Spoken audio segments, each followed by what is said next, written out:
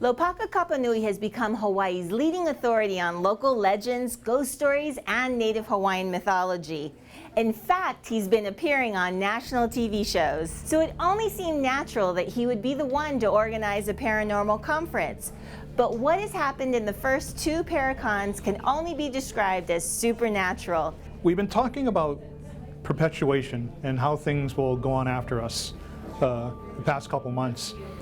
And so the second one, we decided to involve sort of a new batch of people. Lloyd Auerbach, who's a parapsychologist, has been in the field for more than 40 years. What I will say about Lloyd is that he is the inspiration for the Venkman character from the movie Ghostbusters. Most of the people in the field of parapsychology are somewhat skeptical. I like to call it situational skepticism, in the sense that many of us accept that there are psychic experiences and abilities, that there are ghosts, there are apparitions, people who survive, that left their body, certainly evidence for reincarnation and such. So the phenomena itself and the abilities are real. And we have experimental evidence for a lot of this that shows that as well. But in each case that I investigate, like if I'm looking at a psychic, is that psychic real or a fraud? Is that psychic an unconscious fraud? Do they think they're psychic but they're really not, or are they genuinely psychic? In the case of ghost cases, how much, if any of it, is paranormal or psychic? Because what we find is in even the best ghost cases, a good portion of what people think they've experienced or the events they report have explanations, even if the core does not. I've had very few personal experiences with ghosts or things like that, but I've been doing work with a restaurant south of San Francisco called the Moss Beach Distillery, which has had a haunting woman named the Blue Lady back as far back as 1931, after her murder, as it happens. So I worked with them for from 91 till today. In 99, we were doing a 2-night overnight, just staying after hours. I had a couple mediums, had a few scientists with me, including someone from Lawrence Livermore National Lab. A few other people were testing out some other equipment. And I was behind the bar after closing, alone in the bar area. Other folks were in one of the dining rooms or downstairs. And I was looking for any unusual anomalies in the environment using electromagnetic field detector, and the first thing I got was some real weird readings, which turned out to be the ice machine.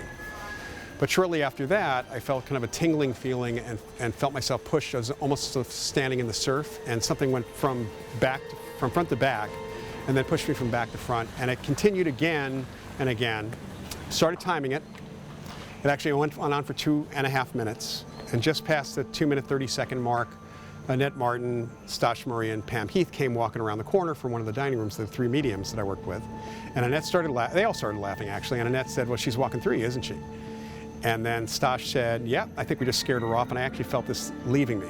Now during the process, I had also had a mental picture of this woman walking through me, who was giggling the whole time. And Pam also said she saw her. So the 3 of them were separated, individually interviewed, not by me, and they all described the same clothing, the same hairdo, the same jewelry. And it was not the normal description we typically had from this ghost in the past. The idea of what we call macro psychokinesis, or the idea that we can move things with our minds and see that, is still very controversial within parapsychology, because you can't really bring it into the laboratory. We have very few people who can do that on command. But I have worked with people who could move things, who could bend metal under unusual circumstances. I have worked with researchers who have looked into metal bending. Again, in certain circumstances, they can look at the slices of the metal under a microscope and see differences between one that is physically through pressure bent and one that seems to just flop over in a spoon bending party, for example, or event. And they look very different structurally. Metallurgists have actually analyzed this. There's enough evidence I have seen, coupled with what we know about the human body in some circumstances, because then the question is, how does that happen? Well, in some instances it happens because the person, without realizing it, is generating an electrostatic field that is maybe strong enough to actually move that object. Hi, I'm Allison Jornlin. I'm a paranormal investigator from Milwaukee, Wisconsin, and I started ghost tours there back in 2008. I'm also on the podcast, See You on the Other Side, othersidepodcast.com, and I run the YouTube channel, youtube.com/Mothman.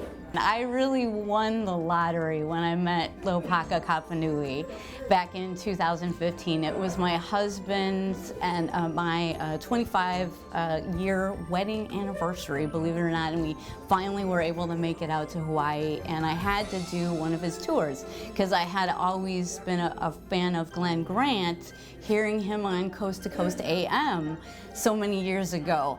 And then when I finally got to come to Hawaii, I wanted to take that original ghost tour. And that's how I met Lopaka, and then we got to talking, became fast friends, and then 2 years ago, he contacted me and he said, you know, Allison, we really gotta get you back to the islands. We really gotta get you back to Hawaii. Let's do a paranormal conference. So I changed my career to full-time paranormal investigator because I felt that, you know, there's a lot of people saying a lot of great things, but I have a unique voice as well. And that's one of the reasons that I'm so glad to be involved in Hawaii Paracon, because there's more voices in the paranormal than we tend to see on TV, including Native voices, the voices of Indigenous peoples.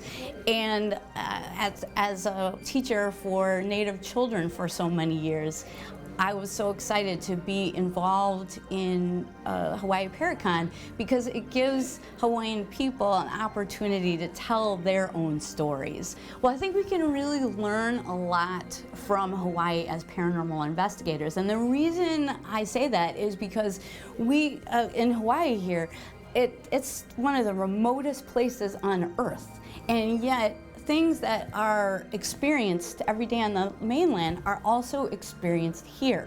Now, I feel that in many respects, what that shows is that there's some veracity or authenticity to the phenomena itself. That's what I speak about here at Hawaii Paracon. There's some similarity here that unites us. I'm Scott Porter, and I am the profiler for the Tennessee Wraith Chasers, and our show is called Haunted Towns on Travel Channel. We also have Haunted Live, Ghost Asylum, and Ghostland, Tennessee. On Haunted Towns, there's the 5 of us that are members of the Tennessee Wraith Chasers, and what we do is we go around looking for these stories that the supernatural, the paranormal, the strange, and we go into these locations and we look for what binds the town together. So if, in other words, if this place is haunted, are there other places around it that are also haunted that may be connected to it some way? So then we start digging into the history, which is my job and what I love, because digging into the history and finding out those stories that led to what we experience today, that's what drives me.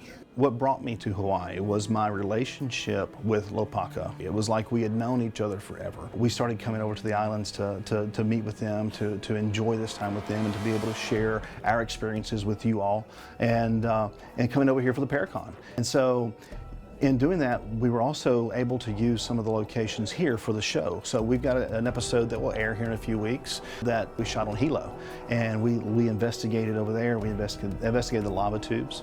We investigated some of those sacred sites that Lopaka told us about, and we had some very interesting interaction that you'll have to watch and see. Since last year's Paracon, I've been busy at work with so many projects, so many ghost storytelling concerts and other things. And from the beginning of this year, we featured Scott Porter and Stephanie Burke, who are both TV people. And we were able to have them come here, do a couple of workshops. And then again in April, we traveled to Hilo to be part of a reality show called Haunted Towns on Travel Channel. And that was a very interesting experience because a lot of things happened during the filming.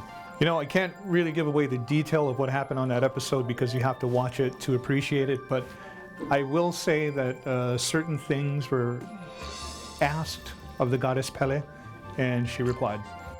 There was so much going on that we had to save some interviews for our Halloween episode. Don't go anywhere, we'll be right back.